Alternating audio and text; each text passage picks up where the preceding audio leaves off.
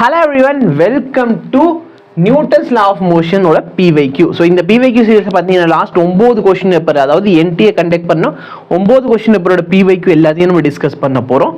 So வாங்க வீடியோக்குள்ளே போகலாம். ஸோ கொஸ்டின் நம்பர் 1 என்ன? A particle moving with a velocity v is acted by 3 force. 3 force இந்த particle மேலே ஆக்ட் ஆகுது. அப்போ velocity of the particle என்னவாக இருக்கும்? ஓகேவா?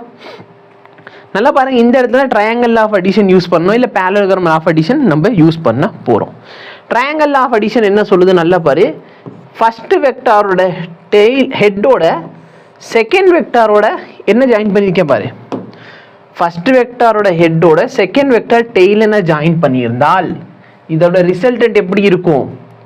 ஃபர்ஸ்ட் வெக்டரோட டெய்ல இருந்து ரெண்டாவது வெக்டரோட ஹெட்டுக்கு தான் இந்த ரிசல்டன்ட் போகும். இதை என்னன்னு பார்த்தீங்கன்னா ட்ரையாங்கிள் லா ஆஃப் அடிஷன். இன்னும் சிம்பிள் விஷயத்தில் சொல்லணும்னா, சப்போஸ் இது ஒரு கம்ப்ளீட் சைக்கிள், நல்லா பாரு, இங்கே ஸ்டார்ட் ஆயிருக்கு, இங்கே போயிருக்கு, இங்கே போயிருக்கு. இது எல்லாத்தோட சம்மு பார்த்தீங்கன்னா 0. Sum of all the vector இந்த கேஸில் என்ன வரப்போகுது? 0ன்னு வரப்போகுது. எப்படி சார்? நல்லா பாரு, இதை வந்து நீ F1 வச்சுக்கோ, இது வேல்யூ F2. அப்போ இந்த F3 வெக்டார் நல்லா பாரு, F1 வெக்டார் பிளஸ் F2 வெக்டாருக்கு ஈக்குவலாக இருக்குமா இருக்காதா? அப்போ நல்லா பாரு, சப்போஸ் இது F1 வெக்டார், இது F2 வெக்டார், இது இப்படி போயிருந்தா தான் F3 வெக்டார், கரெக்டா இல்லையா? இதான் என்னோட F3 வெக்டார். ஆனால் இங்கே இருக்கிறது எப்படி இருக்குது? உல்டாவாக இருக்குது, கரெக்டா இல்லையா? அப்போ 3 வெக்டாரை ஆட் பண்ண சொல்றாங்க. எந்த 3 வெக்டாரை? F1 vector plus F2 vector minus F3. ஏன் சார் மைனஸ் F3? இந்த வெக்டார் உல்டாவா இருக்குது, அவ்வளவுதான். இப்படி போயிருந்தா F3, இது இப்படி வந்திருக்கு, அப்போ மைனஸ் F3. அப்போ 3 வெக்டாரோட சம் எவ்வளோன்னு கேட்குறான். எனக்கு என்ன தெரியும்? F1 வெக்டாரையும் F2 வெக்டார் ஆட் பண்ணால் எனக்கு F3 கிடைக்கும். அப்போ F3 vector minus F3 vector, அப்போ என்ன ஆகுது? ஆன்சர் 0 கிடைக்குது. புரியுதா? Any difficulty? ஒரே ஆன்சரை திரும்பி திரும்பி சொல்ல வேணா, மற்றவங்க ஆன்சர் பண்ணுறாங்களா இல்லையான்னு நான் பார்க்கணும். பிரணவ் ஜோஷுவா, ஓகேவா? ஏன்னா நீங்களே ஃபுல்லாக வரிசை பிபின்னு போட்டாலும் இப்போ மற்றவங்களுக்கு அது புரியுதா இல்லையான்னு எனக்கு தெரியல. ஓகே, அப்போ நல்லா பாரு, இந்த கேஸில் பாரு, first vector, second vector, third vector, இது ஒரு கண்டினியூஸ் செயின் மாதிரி ஆயிடுச்சு, கரெக்டாக ஒரு கம்ப்ளீட் பாத் மாதிரி ஆயிடுச்சு. அப்போ இந்த இடத்துல என்னோட sum of all the vectors என்ன ஆயிரும்? 0 ஆயிரும். அப்போ sum of all the forces, net force acting on the body எவ்வளோ? 0. ஃபோர்ஸ் 0னா ஆக்சிலரேஷன் என்ன? 0. ஆக்சிலரேஷன் 0வா இருந்தா வெலாசிட்டி என்ன? சுஜிதா போய் படிமா. வெலாசிட்டி என்னவா இருக்கும்? கான்ஸ்டன்டாக இருக்கும். புரியுதா சுஜிதா? இங்கே உட்காராத, கிளம்பு. நாளைக்கு அந்த புள்ள போர்டு எக்ஸாம் வச்சுக்கிட்டு உட்காந்து 11th படிச்சுக்கிட்டு இருக்கா. போ நீ போர்டு எக்ஸாம் முடிச்சுட்டு வா, சரியா? Any difficulty? அப்போ வெலாசிட்டி கான்ஸ்டன்டாக இருக்கும். நல்ல ஒரு தடவை ரிவைஸ் பண்ணு, நாளைக்கு எக்ஸாமுக்கு நல்ல ஒரு தடவை ரிவைஸ் பண்ணிக்கோ. எல்லா டெரிவேஷன் ஒரு தடவை போட்டு பார்த்துக்கோங்க, சரியா? போட்டு பார்த்துட்டு எல்லா ஃபார்முலா ரீகால் பண்ணி நல்லா தூங்கு. காலையில் எந்திரிச்சதுக்கு அப்புறமேலே சும்மா ஒரு தடவை மேலோட்டமாக பார்த்துட்டு போனால் போதும், ஓகேவா? எக்ஸாம்பிளுக்கு முன்னாடி போகிறவருக்கு அப்படி இருக்கக்கூடாது, ஓகே? ஒரு தடவை நல்ல வருஷம் ஃபுல்லாக படித்தது தான், ஓகே? அதனால் 1 நாளில் டிஃப்ரென்ஸ் வரக்கூடாது. பட் ஒரு தடவை நல்ல ஒரு தடவை டிரைவ் பண்ணி பார்த்துக்கோங்க, ஏதாச்சும் டவுட் இருக்கான்னு பார்த்துக்கோங்க, சரியா? ஓகே, இது பாரு. A block of mass 10 kg is in contact against the inner wall of the hollow cylindrical drum of radius 1 meter. The coefficient of friction between the block and the inner wall. இந்த மாதிரி கொஸ்டினை solve பண்ணுறதுக்காக நான் உங்களுக்கு ஒரு நல்ல ஒரு trick என்னன்னா, 2 டைப் ஆஃப் கொஸ்டின். ஒன்று இப்படி வச்சுக்கிட்டு இதுக்கு மேலே ஒரு பாக்ஸை வச்சிருவான். இந்த இடத்துல வெலாசிட்டி கேட்டானா ரூட் ஆஃப் மியூ GR, சரியா? Root of mu GR. இந்த கேஸில் ஒமேகா கேட்டாங்கன்னா மியூ G/R. ஆல்மோஸ்ட் எல்லா கொஸ்டினுமே சால்வ் ஆயிரும், சரியா? இந்த இடத்துல கிராமோஃபோன்னு சொல்லி கொடுப்பான், டெத் வெல்னு சொல்லி கொடுப்பான், சரி, என்ன வேணாலும் சொல்லி கொடுக்கலாம். நீங்கள் இந்த கீழே இந்த சர்ஃபேஸில் இப்படி சுற்றுறீங்களா, இந்த ஃபார்முலா யூஸ் பண்ணு. நீங்கள் இந்த இடத்துல சுற்ற போகிறீங்க, ஓகேவா? டெத் வெல் ஆக்சுவலாக இந்த கேஸில் வரும். நீங்கள் இங்கே சுற்றுறீங்க, இந்த கேஸை சுத்துறீங்கன்னு சொன்னா நம்ம வெலாசிட்டியோட ஃபார்முலா ஒன்றும் இல்லை. இங்கே வந்து மியூ வந்து நியூமரேட்டர்ல இருக்கும், இது ஓரமா போயிடுச்சு. அப்ப மியூ எங்க கொண்டு வந்துரு, டினாமினேட்டர்ல கொண்டு வந்துரு. ஒமேகா வேணுமா, அவ்வளவுதான் கொஸ்டினே. புரியுதா? இதுக்கு மேல கொஸ்டின் ஒண்ணுமே கிடையாது. இந்த இடத்துல ரொட்டேஷனல் மோஷனை பொறுத்த வரைக்கும் ஆல்மோஸ்ட் எல்லா கொஸ்டினுமே சால்வ் ஆயிரும். நம்ம கேஸ்ல என்ன இருக்குது, அகைன்ஸ்ட் த இன்னர் வால், அதாவது இப்படி ஒரு சிலிண்ட்ரிக்கல் ட்ரம் இருக்கு, அதோட இன்னர் வால் இப்படி சுத்தி சுத்தி வரீங்க. அதாவது நீங்க ரெண்டாவது கேஸ்ல மாட்டிருக்கீங்க. அதுல ஒமேகா கேட்கறான், என்னென்ன ரேடியஸ் கொடுத்துட்டான், என்ன இருக்குது நல்லா பாரு, இந்த வேல்யூ கொடுத்துட்டான், ஜியோட வேல்யூ 10. அப்ப சப்ஸ்டியூட் பண்ணிக்கோ, omega is equal to root of 10/0.1 into 1.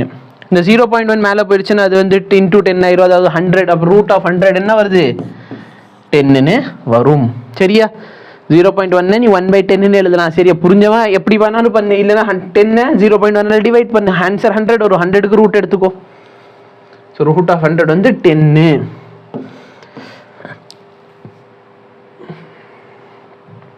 இந்த கொஸ்டின்ல வேற என்ன ட்விஸ்ட் பண்ணலாம், ஒன்ட்ட இந்த இடத்துல ஃப்ரீக்வன்சி கேட்கலாம். ஃப்ரீக்வன்சி ஃபார்முலா ஒமேகா வந்துருச்சுன்னா omega is equal to 2πf.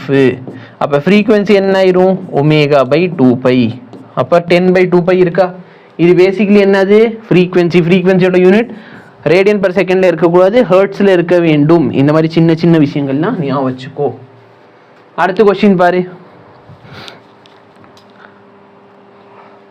A truck is stationary and has a bob suspended by a light string. ஒரு கயிறு தொங்கிட்டு ஒரு பாப் அங்க தொங்கிக்கிட்டு இருக்குது. சரியா? சும்மா எப்படி சொல்றது,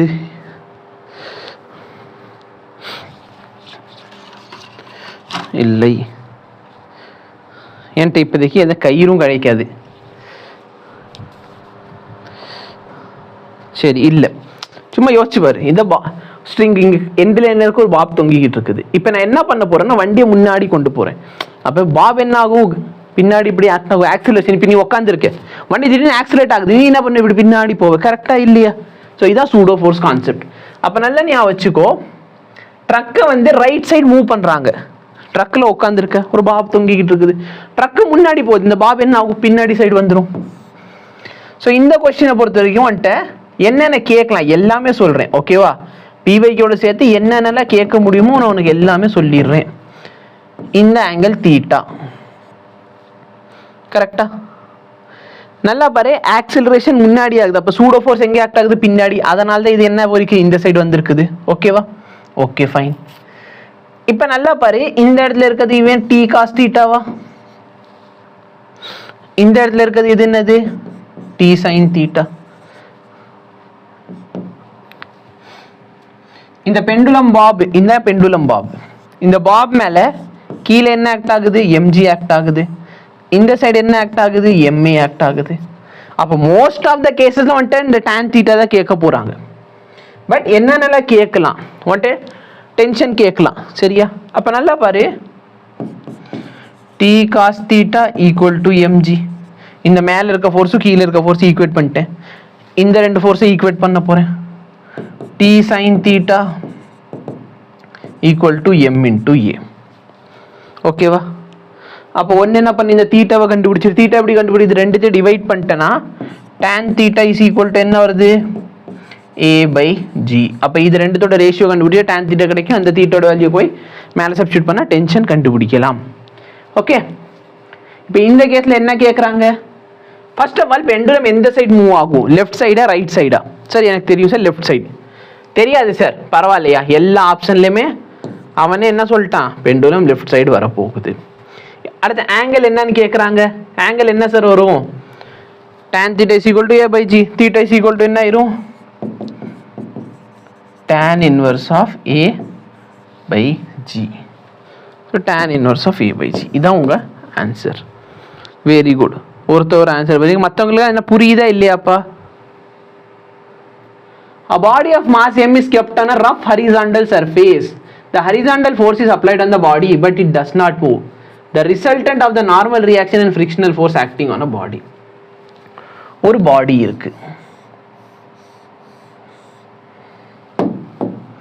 இந்த பாடி மேல நல்லா பாரு என்ன ஃபோர்ஸ் ஆக்ட் ஆகுது, கீழே இந்த பாடி நிற்கிது கரெக்டாக இல்லையா? இந்த இடத்துல தர இல்லைன்னா என்ன இருக்கணும்? இந்த பாடி கீழே போயிருக்கணும். அப்போனா என்ன அர்த்தம்? இந்த பாடி கீழே போகாமல் இருக்கணும். இந்த தரை வந்து என்ன பண்ணுது? இந்த பாடி மேலே ஒரு நார்மல் ஃபோர்ஸ் மேலே கொடுக்குது. யோசிச்சு பாருங்க, ஒரு பொருள் வைக்கிறேன், அது கீழே விழுந்துருது. ஏன்னா இந்த ஆப்ஜெக்ட் கீழே mg ஃபோர்ஸில் யாரோ இழுக்கிறான்.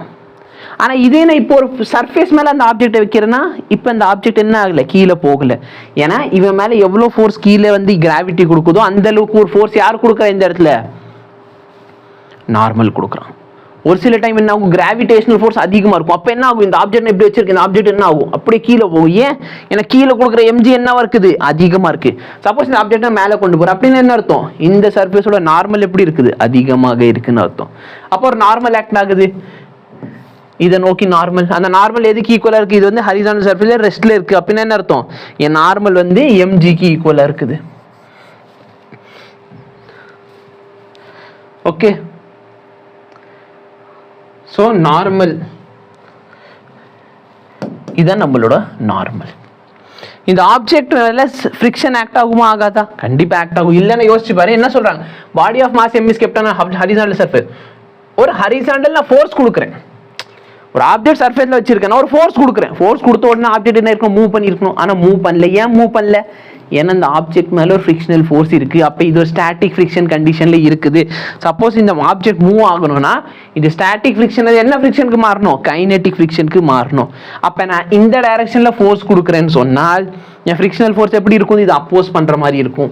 அப்போஸ் பண்ணுற மாதிரி இந்த டைரக்ஷனில் இருக்கும். கரெக்டாக இல்லையா? அதோட வேல்யூ என்ன? ஃப்ரிக்ஷனல் ஃபோர்ஸோட ஃபார்முலா வந்து மியூ டைம்ஸ் n. இந்த என்னோட வேல்யூ mg. அப்போ நல்லா பாரு, இது ஒரு ஃபோர்ஸ் mg, இது ஒரு ஃபோர்ஸ் மியூ டைம்ஸ் mg. அப்போ இது ரெண்டுத்துக்கு ரிசல்டன்ட் வேணும்னு கேட்குறாங்க. இதான் ரெண்டுத்தோட ரிசல்டன்ட். ரெண்டுமே பெர்பெண்டிகுலராக இருக்குது. அப்போ நல்லா பாரு, ரிசல்டன்ட் வேணும் என்ன பண்ணு? இதோட ஸ்கொயர் ப்ளஸ் இதோட ஸ்கொயர் ரூட்டுக்குள்ளர root of mg square plus mu mgயோட ஸ்கொயர். அப்போ mg என ரூட்டுக்கு வெளியே காமனாக எடுத்துக்கலாம். ஃபர்ஸ்ட் டேர்மில் எதுவுமே இருக்காது, ரூட் ஆஃப் 1 இருக்கும். செகண்ட் டேர்மில் மியூவோட ஸ்கொயர் இருக்கும். அப்போ இந்த அளவுக்கு நார்மல் ஃபோர்ஸ் ஆக்ட் ஆகுது. கரெக்டாக இல்லையா? ஸோ எந்த ஆப்ஷன்? அப்போ நான் கொடுத்துருக்க ஃபோர்ஸ் எந்த அளவுக்கு இருக்குது? இதை விட கம்மியான ஃபோர்ஸ் தான் நான் கொடுத்துருக்கேன். ஓகே,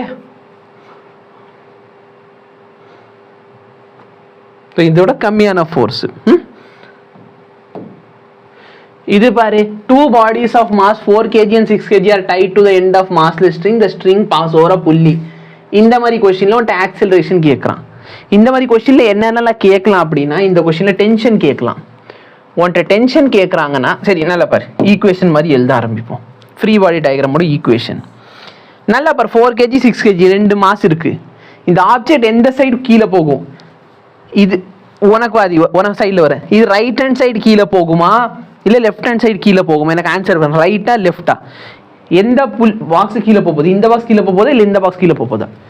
ரைட்டில் இருக்கதா லெஃப்டில் இருக்காது? அவ்வளோ பெருசாக எழுத கஷ்டமாக இருக்குன்னா 6 4 அப்படின்னு கூட போடு. ஒரு பையன் பின்னு சொல்லியிருக்கேன். இதில் பீனை எதை எடுத்துக்கிறது? ரைட் லெஃப்ட் ஆப்ஷனில் இருக்கு. இல்லை 4 6ன்னு சொல்லுங்க.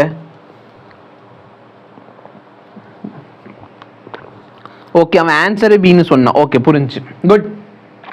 ஸோ ரைட்டில் இருக்க மார்க்ஸ் கீழே போகுது. ஏன் கீழே போகுது? ஏன்னா ரைட் ஹேண்ட் சைடு மாஸ் அதிகமாக வச்சுருக்கீங்க சார். அப்போ ரைட் சைடு கீழே போகும். அப்போ ஆக்சலரேஷன் கீழே இருக்குமா? டென்ஷன் மேலே. இந்த பாக்ஸ் மேலே கீழே mg ஆக்ட் ஆக போகுது. இந்த பாக்ஸ் மேலே கீழே mg. இந்த பாக்ஸில் ஆக்சலரேஷன் மேலே. ஏன்? ஏன்னா இப்படி இழுக்கிறீங்க. அப்போ இவன் கீழே போகிறான், இவன் மேலே போகிறான். இதை வந்து m1 வச்சுக்கோ, அது m2ன்னு வச்சுக்கோ உன் கன்வீனியன்ஸாக.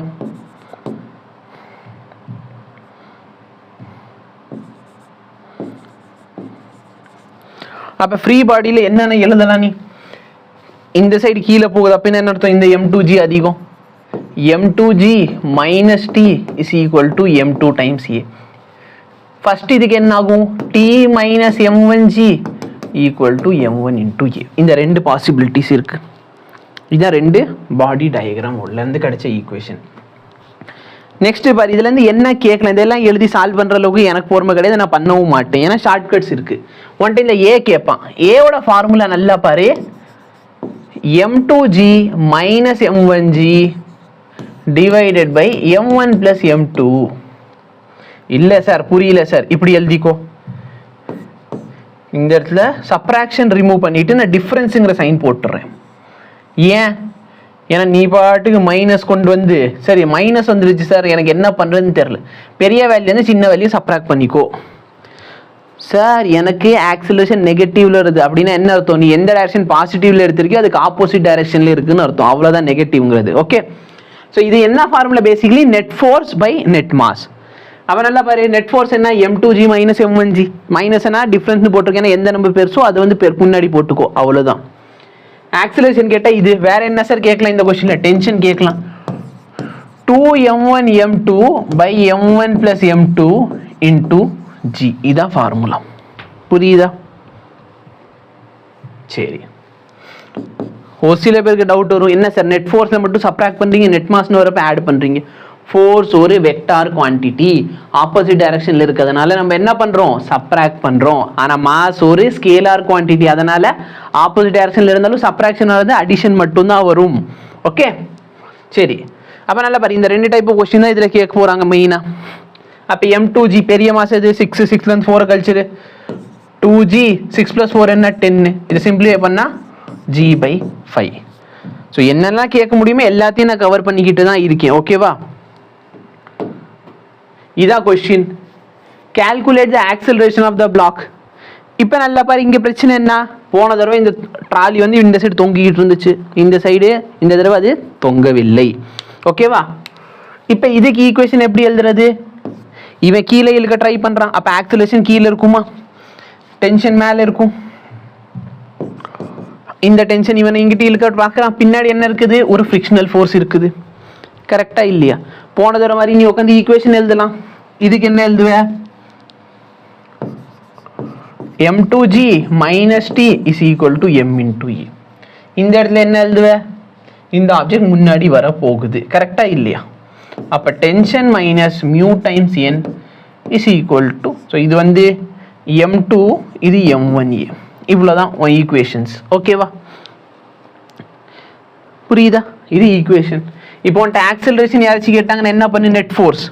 இந்த ஆப்ஜெக்ட்ல ரெண்டு ஃபோர்ஸ் ஆக்ட் ஆகுது. ஒரு ஃபோர்ஸ் இந்த ஆப்ஜெக்டை பிடிச்சி கீழே இழுக்குது, ஒரு ஃபோர்ஸ் இந்த ஆப்ஜெக்டை பின்னாடி இழுக்குது. எந்த ஃபோர்ஸ் அதிகமாக இருக்கும் சார்? ஆப்வியஸ்லி இந்த ஃபோர்ஸ். அதனால தான் இந்த ஆப்ஜெக்ட் மேலே அந்த ஃபோர்ஸ் ஆக்ட் ஆகுது. கரெக்டாக இல்லையா? சப்போஸ் இந்த ஃபோர்ஸ் அதிகமாக இருக்குன்னா இந்த ஆப்ஜெக்ட் கீழேயே போகாது. அப்போ ஆக்சலரேஷன் இஸ் ஈக்குவல் டு 0 அப்படின்னு ஒரு ஆப்ஷன் இருக்கா? இல்லை. அப்படின்னா என்ன அர்த்தம்? ஆப்வியஸ்லி இந்த ஆப்ஜெக்ட் கீழே போகுதுன்னு அர்த்தம். அப்போ ஆக்சலரேஷன் கேட்டானா இங்கே ஆக்ட் ஆகிற ஃபோர்ஸ் எவ்வளோ? m into g. ஸோ இதோட m2, அந்த சைடு இருக்கிறது என்ன? Mu times n. மியூ என்னோட வேல்யூ என்ன? m1 into g. அவ்வளோதான். g/m1 plus m2. அதே கான்செப்ட் தான். m2 ஓட வேல்யூ என்ன? 2னு போட்டுக்கோ. மியூ டைம்ஸ் m1, மியூவோட வேல்யூ என்ன கொடுத்துருக்கான்? 0.05. அதை வந்து 10ஆல் மல்டிப்ளை பண்ணு. 0.05 10ஆல் மல்டிப்ளை பண்ணா 0.5. எவ்வளோ தெளிவாக எழுதுற பற்றி 0.5 இப்படி தான் எழுதணும். ஹோல் டிவைட் பை ரெண்டுத்தோட மாஸ் என்ன? 10 + 2 12 இன்ட்டு ஜியோட வேல்யூ 10. அப்போ 15/12, அதாவது 5/4, அதாவது 1.25 இருக்கா? இருக்கு. புரியுதா எல்லாருக்கும்? லைவ்ல இருக்க எல்லாருக்குமே புரியுதா? சந்தேகம் இருக்கா? டவுட் எது இருந்தாலும் கேட்டுக்கோங்க. சரியா? சரி, நிறைய பேர் லைக் ஜஸ்ட் ஒரு 10 பேர் நாங்கள் லைவ் அட்டென்ட் பண்ணுறோம். இதெல்லாம் என்ன ஆக போகுது? நல்லா பாரு, ஓ ஹார்ட் ஒர்க்குக்கு உனக்கு ரிசல்ட் வரும். சரியா? ஓ ஹார்ட் ஒர்க்குக்கு உனக்கு ரிசல்ட் வர போகுது. அப்ளை பண்ணுறது நான் முன்னாடியே சொன்னதான். 25 லட்சம் பேருக்கு மேலே அப்ளை பண்ணுவாங்க. அதில் ப்ரிப்பேர் பண்ணுறவங்களோட நிலைமை பார்த்தோன்னா ரொம்ப கம்மி. அந்த கம்மியானவங்களுக்கு தான் நம்மளுக்கு போட்டி. அந்த கம்மியானவங்கள நம்ம இடம் கொண்டு வரணும், நம்ம ப்ராக்டிஸ் பண்ணி ஆகணும். அவ்வளோதான். சரியா? ஸோ என்கிட்ட பார்த்தோன்னா அதான், நான் கிராஷ் கோர்ஸ் ஆரம்பிச்சிருக்கேன்னு சொன்னேன். முதல் கிராஷ் கோர்ஸ் வந்து ஒரு 40,000 பேர் பார்த்துருப்பான். ஆனால் அதை 40,000 பேர் வந்து ஃபைனல் கோர்ஸ் வரப்போ ஒரு 1000 பேர் கூட இருக்க மாட்டாங்க. அவன் அந்த செலெக்ஷன் பார்த்தோன்னா அந்த ஃபுல்லாக ஃபாலோ பண்ணிட்டு வந்தவங்களுக்கு தான் செலெக்ஷன். வெறும் அந்த மொதல் வீடியோ மட்டும் பார்த்துட்டு போனவனுக்கு இருக்காது. 50 டேஸ் ஸ்ட்ராட்டஜி அப்லோட் பண்ணால் அதை ஒரு 2000 3000 பேர் பார்ப்பாங்க. அந்த 2000 3000 பேருக்கு செலெக்ஷன் இருக்குமான்னு கேட்டால் இல்லை.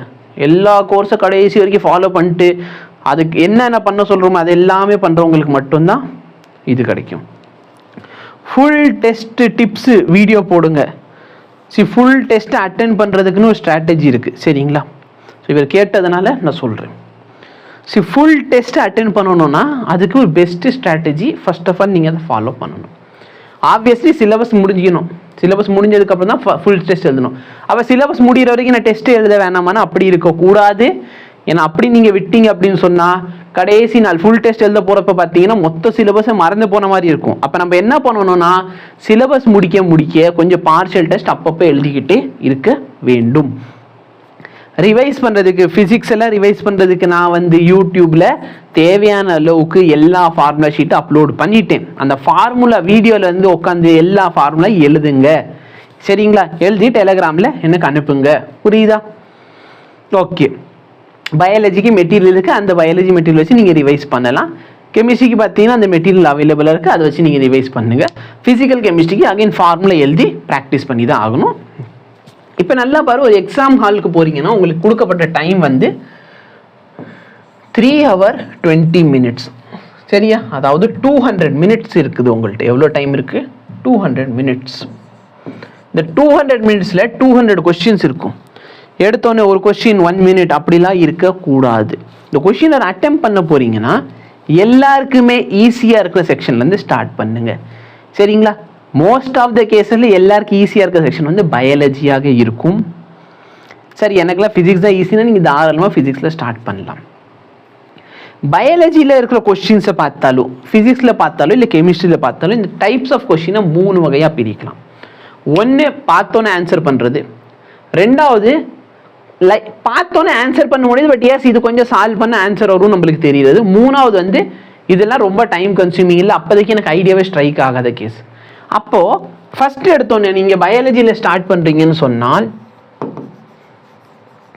பயாலஜியில் ஆல்மோஸ்ட் அந்த 100க்கு ஒரு 60 to 70 கொஸ்டின் நீங்கள் நல்லா படிச்சிருக்கீங்கன்னா, 100ல் 60 to 70 கொஸ்டின் நீங்கள் நல்லா படிச்சிருந்தா பார்த்தோன்னே ஆன்சர் பண்ணுற மாதிரி இருக்கும். ஏன்னா அது என்னது? பயாலஜியில் சால்வ் பண்ணுறதுக்கு ஒன்றுமே இருக்காது. அப்போ 70 கொஸ்டின், இந்த 70 கொஸ்டினுமே நீங்கள் சால்வ் பண்ணுறதுக்கு டைம் வந்து பார்த்தீங்கன்னா மேக்ஸிமமே 35 minutes தான். ஓகே, 35 minutes 70 கொஸ்டின்ஸ் முடிஞ்சிடும் பயாலஜியில். நெக்ஸ்ட்டு பயாலஜிக்கு அடுத்து ஈஸியாக இருக்கிறது எது? கெமிஸ்ட்ரியாக இருக்கும். இந்த கெமிஸ்ட்ரியில் பார்த்தீங்கன்னா மொத்தம் 50 கொஸ்டின் இருக்குது. இந்த 50 கொஸ்டினில் ஆல்மோஸ்ட் ஒரு 20 to 25 கொஸ்டின்ஸ். அகைன் எவ்வளோ டைமில் சால்வ் பண்ணலாம்? 35 minutesல சால்வ் பண்ணலாம். அடுத்து எல்லாருக்குமே கஷ்டம்னு தோன்ற ஒரு சப்ஜெக்ட், இதில் மேக்ஸிமமே நீ ஒரு 15 கொஸ்டின் தான் சால்வ் பண்ண முடியும். எவ்வளோ டைமில்? அந்த ஒரு 20 to 25 minutes, 25 minutes எடுத்துக்கோமே, 30ன்னு வச்சுக்கோ, சரியா? 15 நிமிஷம் அவ்வளோ ஆகக்கூடாது, பட் வச்சுக்கோ. இப்போ எவ்வளோ கொஸ்டின் சால்வ் பண்ணிட்டீங்க சார்? 70, 95, 110. எவ்வளோ டைம் ஆயிருக்கு சார்? 100 minutes ஆயிருக்குது. ஓகேவா? ஆக்சுவலாக இது நான் சொன்னது ரொம்ப லெத்தாஜிக்காக நீங்கள் பண்ணால். இப்போ நல்லா பரவாயில்ல, 110 கொஸ்டின் இருக்குது, 100 minutes முடிஞ்சிருச்சு. இந்த 110 கொஸ்டினை உட்காந்து என்ன பண்ணுங்கன்னா மார்க் பண்ணுங்க. இந்த சொல்கிற ஸ்ட்ராட்டஜியை நீங்கள் ஃபுல் சிலபஸ் டெஸ்ட் எழுத ஆரம்பிச்சிருந்தே ஃபாலோ பண்ணு, ஓகேவா? ஸோ இவ்வளோ கூட ஆகாது, நான் ரொம்ப அதிகமாக கொடுத்துருக்கேன். பயாலஜியில் 70 கொஸ்டின் ஈஸியாக பார்த்தோன்னா 1 நிமிஷத்துக்கு நீ 3 கொஸ்டின் போனால் கூட 20-22 நிமிஷத்தில் முடிச்சிடலாம். கெமிஸ்ட்ரியிலே பார்த்த உடனே ஆன்சர் பண்ணுற மாதிரி கொஸ்டின் பண்ண போகிறப்ப கொஸ்டினுக்கு 1 minute கூட போதும். ரொம்ப அதிகமான டைம் தான் கொடுத்துருக்கேன். அதே மாதிரி ஃபிசிக்ஸில் வந்து இருக்கிறதுல ஈஸியான கொஸ்டின் அட்டெம்ப்ட் பண்ண போகிறீங்க, அப்போ இதுக்கும் பார்த்தீங்கன்னா என்னதான் ரொம்ப அதிகமான டைம் தான் நான் கொடுத்துருக்கேன். இப்போ நல்லா பாரு, இதெல்லாம் முடிஞ்சதுக்கப்புறம் 20 minutes டைம் எடுத்துக்கோ. இந்த 20 minutes ஆக்சுவலி இது நான் ரொம்ப அதிகமாக டைம் கொடுத்துருவோம், ஓகேவா? இதுவும் பார்த்தோன்னா 25 minutes தான் கொடுத்துருக்கணும், இதுக்கும் பார்த்தோன்னா 20 minutes தான். இது 25, இது 20. அப்போ எவ்வளோ ஆச்சு? 35, 70, 80 minutes ஆகுது. ப்ளஸ் ஒரு 20 மினிட்ஸ். இப்போ இந்த 20 மினிட்ஸ் என்ன பண்ணுவீங்கன்னா OMR ஃபில் பண்ண போகிறீங்க. சரியா? இப்போ நல்லா பாரு, 100 மினிட்ஸில் நீ 110 கொஷின், இந்த 110 கொஷினுமே எப்படிப்பட்ட கொஷின்னா எல்லாமே கரெக்டான கொஷின். ஏன்னா பார்த்தோன்னு நீ ஆன்சர் பண்ண உனக்கு அதில் தெரிஞ்ச விஷயம்னு அர்த்தம். இப்போ next coming back again to biology. இன்னும் எவ்வளோ கொஷின் அட்டென்ட் பண்ணணும்? 20 கொஷின் அட்டென்ட் பண்ணணும். கரெக்டாக இல்லையா? கொஞ்சம் ரீகால் பண்ணுற மாதிரி இருக்கலாம். இல்லை சார் எனக்கு வந்து பயாலஜி ரொம்ப ட்விஸ்டடாக இருக்கு, அப்போ பயாலஜி இப்போதைக்கு விட்டுரு, கெமிஸ்ட்ரிக்கு வந்துரு. சரியா? இப்போ பயாலஜி செகண்ட் ஃபேஸ் போகிறப்ப 20 கொஷின்ஸ் இருக்குது. இந்த 20 கொஷின் அட்டென்ட் பண்ணுறதுக்கு எவ்வளோ டைம் எடுத்துக்க போகிற? 20 கொஷினுமே அட்டென்ட் பண்ணோமா? அவசியம் இல்லை, 10 கொஷின் மட்டும் கூட அட்டென்ட் பண்ணிக்கோ. புரியுதா? ஏன்னா நெகட்டிவ் மார்க்கிங் வரக்கூடாது.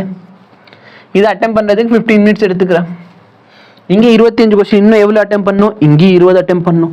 எல்லாமே அட்டென்ட் பண்ண முடியுமா? தெரியாது சார். சரி, இதில் நீ எவ்வளோ அட்டென்ட் பண்ணுற? ஒரு 20 கொஸ்டின் அட்டென்ட் பண்ணுற. கொஞ்சம் காம்ப்ளிகேட்டட்னால இந்த கொஸ்டின் சால்வ் பண்ணுறதுக்கு உனக்கு 40 நிமிஷம் ஆகுது. பயாலஜியில் என்ன எவ்வளோ கொஸ்டின் இருக்குது? இன்னும் 30 கொஸ்டின் இருக்குது. அதில் நீ 20 கொஸ்டின் அட்டென்ட் பண்ணுற. புரியுதா? இந்த கொஸ்டின் அட்டென்ட் பண்ணுறதுக்கு எவ்வளோ டைம் ஆகுது? ஒரு 40 மினிட்ஸ் ஆகுது. புரியுதா? இவ்வளோ ஆகாது, நான் எக்ஸ்ட்ரீம் கேஸ் சொல்லிக்கிட்டு இருக்கேன். இன்னும் எவ்வளோ டைம் மட்டும் மிச்சம் இருக்குது? 5 மினிட்ஸ் இருக்குது. அந்த 5 மினிட்ஸை என்ன பண்ணு? இந்த கொஸ்டின்ஸ் எல்லாத்தையும் OMR ஷீட்டில் ஃபில் பண்ணிவிட்டு எக்ஸாமை முடிச்சிடு. இந்த ஸ்ட்ராட்டஜியை ப்ராப்பராக நீ யூஸ் பண்ணு. ஓகே, நான் இது எல்லாமே இப்போதைக்கு நீங்கள் ஸ்டார்ட் பண்ணுறீங்கிறதுனால எக்ஸ்ட்ரீம் கேஸை சொல்லியிருக்கேன். ஆனால் இவ்வளோ டைம் ஆகாது. புரிஞ்சா எல்லாருக்கும்? ரூபன் பிரகாஷ் டவுட் கேட்டது புரிஞ்சா? ஒரு ஃபுல் சிலபஸ் டெஸ்ட் அட்டெம்ப்ட் பண்ண போறீங்கன்னா இந்த ஸ்ட்ராட்டஜி ஃபர்ஸ்ட் பார்த்த உடனே வர கொஸ்டின்ஸ், அதுக்கப்புறம் கொஞ்சம் யோசிக்கிற மாதிரி இருக்க கொஸ்டின்ஸ். ஓகே, இதை பற்றி நான் ஆல்ரெடி ஒரு வீடியோ போட்டிருப்பேன். அந்த வீடியோட லிங்க்கையும் நான் கொடுத்துட்றேன். அதில் வந்து ஒரு ப்ராக்டிக்கலாக எவ்வளோ டைம் ஆகுமோ அது எல்லாத்தையும் சொல்லியிருப்பேன். அந்த வீடியோவில் இருக்கிறது யார் அப்படின்னு கேட்டு என்னை அசிங்கப்படுத்த வேண்டாம். ஏன்னா அந்த வீடியோவில் இருக்கிறது நான் தான், ஒரு கொஞ்சம் வருஷங்களுக்கு முன்னாடி. ஓகே, ஸோ இந்த கொஸ்டினோட ஆன்சர் வந்துருச்சு. இப்போ இதான் கொஸ்டின், இப்படி தான் கொஸ்டின் இருக்கணும். இந்த diagram show the normal reaction force between 2 kg and 1 kg. இந்த இடத்துல இருக்க நார்மல் ஃபோர்ஸ் என்ன அப்படின்னு சொல்லி கேட்குறாங்க. கொஸ்டினை பார்த்தோன்னா எல்லாருக்கும் தலையை சுத்திரும். என்ன சார், இங்கேருந்து ஒரு ஃபோர்ஸ், இங்கேருந்து ஒரு ஃபோர்ஸ், என்னென்னமோ நடக்குது. சரி, இப்போ நல்லா பாரு, டோட்டல் டவுன்வர்ட் ஃபோர்ஸ் என்ன ஆக்ட் ஆகுது?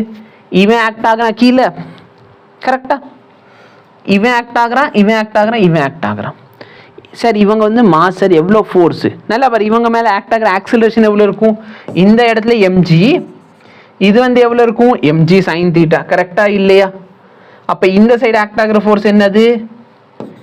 mg sin θ. இது எல்லாமே கீழே தான் வருது. கரெக்டாக இல்லையா? அப்போ டவுன்வர்டில் டோட்டல் ஃபோர்ஸ் என்ன? டவுன்வர்ட் ஃபோர்ஸ் எவ்வளோ சார்? இதெல்லாம் எழுத தேவையில்லை, உனக்கு புரியறதுக்காக எழுதுறேன். 18 + இதோட g sin θ, இதோட g sin θ, இதோட g sin θ. அப்ப 6g sin θ, sin θ 30 1/2. இதோட வேல்யூ என்ன ஆயிடுச்சு சார்? மொத்த வேல்யூ 48 நியூட்டன் ஃபோர்ஸ் கீழே ஆக்ட் ஆகுது. கீழே எவ்வளோ ஃபோர்ஸ் ஆக்ட் ஆகுது? 48 நியூட்டன். அப்வர்ட் ஃபோர்ஸ் எவ்வளோ? கீழே இருந்து 60 நியூட்டன் ஃபோர்ஸ் ஆக்ட் ஆகுது. அப்படின்னா என்ன அர்த்தம்? அப்வர்ட் ஃபோர்ஸ் அதிகமாக இருக்கு. அப்போ இந்த மொத்த சிஸ்டம் எங்கிட்டு மூவ் ஆகுது? மேலே நோக்கி மூவ் ஆகுது. எனி டிஃபிகல்ட்டி இருக்கக்கூடாது. அப்போ ஆக்சிலரேஷன் என்னன்னா நெட் ஃபோர்ஸ், ஒரு ஃபோர்ஸ் டவுன்வர்ட், ஒரு ஃபோர்ஸ் அப்வர்ட். அப்போ நெட் ஃபோர்ஸ் வேணா இது ரெண்டு சப்ராக்ட் பண்ணிடுது. 60 - 48 பை டோட்டல் மாஸ் எவ்வளோ? 2 3 1 6 12/6 which is equal to 2. புரியுதா? Very good. இப்போ நல்லா பாரு, இந்த இடத்துல நார்மல் ஃபோர்ஸ் கேட்குறான். இந்த 60 நியூட்டனோட வேலை என்ன? இந்த 3 பிளாக்கையும் தள்ளுறது. கரெக்டா இல்லையா? இந்த இடத்துல இருக்க ஃபோர்ஸோட வேலை என்ன? இந்த 2 பிளாக்கை தள்ளுறது. இந்த நார்மல் ஃபோர்ஸோட வேலை என்ன? இந்த ஒரு பிளாக்கை தள்ளுறது. கரெக்டா இல்லையா? அப்போ இந்த நார்மல் ஃபோர்ஸ் கேட்குறான். இங்கே இந்த நார்மல் ஃபோர்ஸ் இங்கே ஆக்ட் ஆக போகுது. கீழே என்னென்ன ஆக்ட் ஆகுது? நல்லா பாரு, இந்த 18 நியூட்டன் கீழே ஆக்ட் ஆகுது. இதோட g sin θ எங்கே ஆக்ட் ஆகுது? mg sin θ எங்கே ஆக்ட் ஆகுது? அவனும் கீழே ஆக்ட் ஆகுறான். ஆனால் இந்த மொத்த சிஸ்டம் எங்கிட்டு போகுது? மேலே போகுது. அப்போ மேலே போகிற ஃபோர்ஸ் அதிகம்னு அர்த்தம். கரெக்டாக இல்லையா? அதனால தான் கீழே இருக்க ஃபோர்ஸ் வந்து கம்மியாக இருக்கிறதுனாலையும் இந்த ஆப்ஜெக்ட் என்ன ஆகுது? மேலே போகுது. அப்படின்னு என்ன? மேலே கொடுக்குற ஃபோர்ஸ் அதிகம். அப்போ இங்கேருந்து நான் நார்மல் கொடுக்குறேன். அதை யார் எதிர்க்கிறா? இந்த 18 எதிர்க்கிறான், இந்த 1g sin theta இவன் ரெண்டு பேரும் எதிர்க்கிறாங்க. ஆனாலும் ஆப்ஜெக்ட் என்ன ஆகுது? ஆக்சிலரேட் ஆகுது. எவ்வளவு ஆக்சிலரேஷன்ல? m into a. இவ்வளோ ஃபோர்ஸ் இல்லால அது மேலே போகுது. இதை சிம்பிளிஃபை பண்ணு. 18 5 23, 23 + 2 25. இதுதான் உன்னோட ஆன்சர். புரியுதா? இது என்ன ஆகுது? ஆன் திஸ் டே 2001 ராகுல் டிராவிட். ரொம்ப அவசியம். The distance covered by a body of mass 5 gram having a linear momentum இவ்வளோ in 5 seconds. நல்லா பாரு, ஆக்சலரேஷன் பற்றி அவங்க எங்கேயுமே பேசலை. ஏன்னா ஆக்சலரேஷன் பற்றி பேசலன்னு உங்களுக்கு எப்படி தெரியும்? ஆக்சலரேஷன் பற்றி பேசியிருந்தாங்க, லீனியர் மொமெண்டம் இல்லை, சேஞ்ச் இன் லீனியர் மொமெண்டம்னு சொல்லியிருப்பான். அப்போ நல்லா பாரு, அவங்க என்ன கேட்குறான்? டிஸ்டன்ஸ் கேட்குறான். ஆக்சலரேஷனே இல்லை, அப்போ distance is equal to ut. ஏன்னா ½ at² என்ன ஆயிடுச்சு? 0 ஆயிடுச்சு. ஏன்னா ஆக்சலரேஷன் இல்லை. u தெரியாது, டைம் எவ்வளோ? 5 செகண்ட். இப்போ நல்லா பாரு, மொமெண்டமோட ஃபார்முலா என்ன? Mass into velocity. அப்போ வெலாசிட்டினா எப்படி எழுதலாம்? Momentum by mass.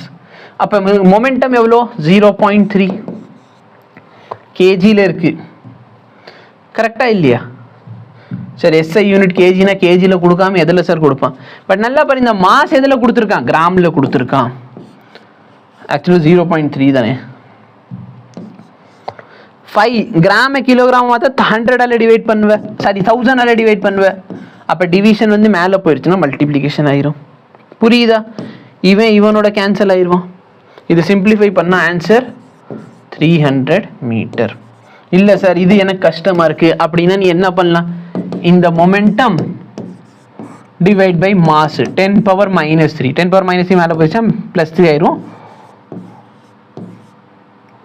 by 5. இந்த 60 இந்த டைம் மேலே மல்டிப்ளை 60 × 5 300. புரியுதா?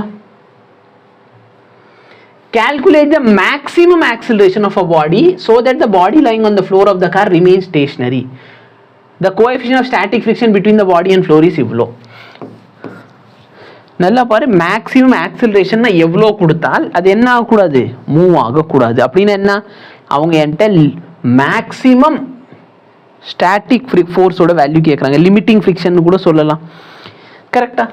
அப்போ நான் கொடுக்குற ஃபோர்ஸ் வந்து எதுக்கு ஈக்குவலாக இருக்கணும்? லிமிட்டிங் ஃப்ரிக்ஷனுக்கு ஈக்குவலாக இருக்கணும். ஃபோர்ஸோட ஃபார்முலா என்ன? Mass into acceleration. லிமிட்டிங் ஃப்ரிக்ஷனோட ஃபார்முலா என்ன? μs times n. நீங்கள் ஹரிசாண்டல் பற்றி பேசிக்கிட்டு இருக்கீங்க, கரெக்டா இல்லையா? அந்த ஃப்ளோர்னா ஹரிசாண்டலாக இருக்கும். அப்போ μ டைம்ஸ் n. ஓகே, இன்னொரு டைம் சொல்லுங்கன்னா நெட்டு கட் ஆயிடுச்சு. எந்த கொஸ்டின் தம்பி, எந்த கொஸ்டின் சொல்லி நான் சால்வ் பண்ணி காமிச்சிடறேன் ஒரு தடவை. இல்லை அப்படின்னாலும் நீங்கள் வந்து என்ன பண்ணலாம்? யூடியூப்ல இப்படியே போனீங்கன்னா 4 தடவை தட்டினீங்கன்னா கொஸ்டின் பின்னாடி இருக்க கொஸ்டின் வந்துடும். இப்போ நல்லா பாரு, மாசு கொஸ்டினில் கொடுத்தாலும் சரி கொடுக்கலாலும் சரி அது பிரச்சனை இல்லை. ஏன்? ஏன்னா அது கேன்சல் ஆகிரும்.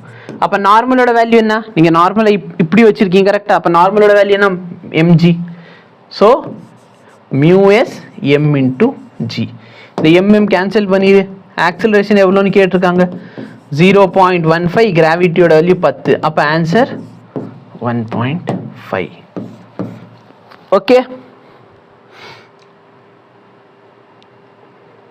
A block of mass 2 kg is placed on an inclined surface shown in the figure. Coefficient வந்து mu. Net force acting எவ்வளோ? நல்லா பாரு, இங்கே ஃப்ரிக்ஷன் இருக்கு, கரெக்டா? சர்வேஸ் மெடிக்கோ சார், உங்கள் கோர்ஸில் எப்படி ஜாயின் பண்ணுறது ப்ளீஸ் சொல்லுங்கள். நீங்கள் எந்த கோர்ஸில் ஜாயின் பண்ண போகிறீங்க சர்வேஷ்?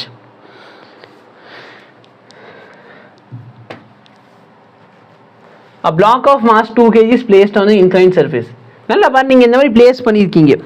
பிளேஸ் பண்ண உடனே அந்த பாடி மேலே ஆக்ட் ஆகிற ஃபோர்ஸ் என்ன? ஃப்ரிக்ஷன் இருக்குது. ஆனால் ஃப்ரிக்ஷன் எந்த இடத்துல ஆக்ட் ஆகுது நம்மளுக்கு தெரியாது. சரி, அப்போ ஃப்ரிக்ஷன் எங்கே ஆக்ட் ஆகும்னு நம்மளுக்கு தெரியாதுன்னு சொன்னால் அந்த பாடியில் வேற என்ன ஃபோர்ஸ் இருக்குது? வேற எந்த ஃபோர்ஸ் அது இழுக்குது? சர்வேஷ் வந்து நீட் ஃபிசிக்ஸ் கோர்ஸ் இந்த வருஷம் ஜாயின் பண்ணோமா இல்லை அடுத்த வருஷத்துக்கு ஜாயின் பண்ணணுமா?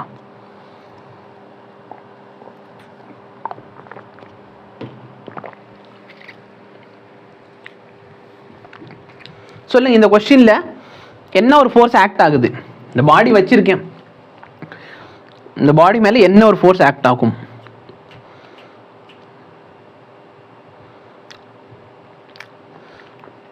நெக்ஸ்ட் இயர் கோர்ஸ்க்கு நான் ஒரு வீடியோ போடுவேன், நீங்கள் அந்த வீடியோ பார்த்துட்டு ஜாயின் பண்ணிக்கோங்க. ஓகேவா?